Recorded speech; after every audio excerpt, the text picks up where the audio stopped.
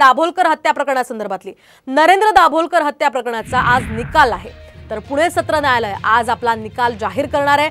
दाभोलकर यांच्या हत्येचा 11 वर्षांनी हा निकाल लागणार आहे। दरम्यान 20 ऑगस्ट 2013 रोजी दाभोलकरांची हत्या झाली होती। याच प्रकरणी प्रत्यक्ष खटला हा 15 सप्टेंबर 2021 रोजी पुण्यातल्या विशेष न्यायालयामध्ये सुरू झाला होता। दरम्यान कोर्टाने राखून ठेवलेला निकाल आज जाहीर करण्यात येणार आहे। यासह दाभोलकर हत्या प्रकरणी त्यांच्या कुटुंबियांना आता न्याय मिळणार का याकडे सर्वांचं लक्ष लागलेलं आहे।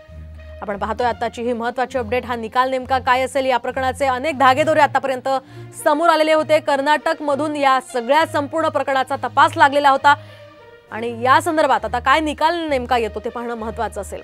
या संदर्भात आपण अधिक माहिती जाणून घेऊयात आमचे प्रतिनिधी अक्षय बडवे यांच्याकडून। अक्षय, काय सांगाल, दाभोलकर हत्या प्रकरणाचा आज निकाल आहे आणि संपूर्ण राज्याचं लक्ष खरं तर या निकालाकडे लागलंय, काय अधिकचे अपडेट्स या संदर्भात?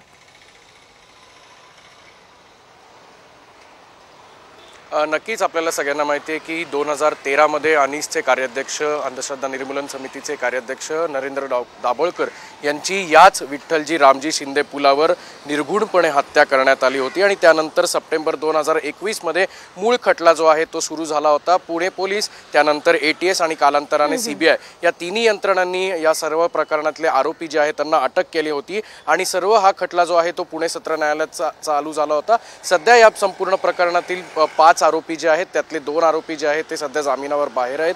पण पुणे सत्र न्यायालयाने जो निकाल इतक्या दिवसांपासून जी चार्जशीट वाचलेली आहे त्याच्यावर काय निकाल देतात हे पाहणं महत्त्वाचं ठरणार आहे। कारण डॉक्टर नरेंद्र दाभोलकर यांच्या हत्येमागे नेमकं काय कारण होतं, त्याच्या मागे कुठली भावना या सगळ्या आरोपींची होती, हे सगळं आता कोर्टाने पडताळणी केलेली आहे। या संदर्भातले अपडेट्स तुमच्याकडून जाणून घेत राहणार आहोत। तुर्तास धन्यवाद दिलेल्या या सविस्तर माहितीसाठी।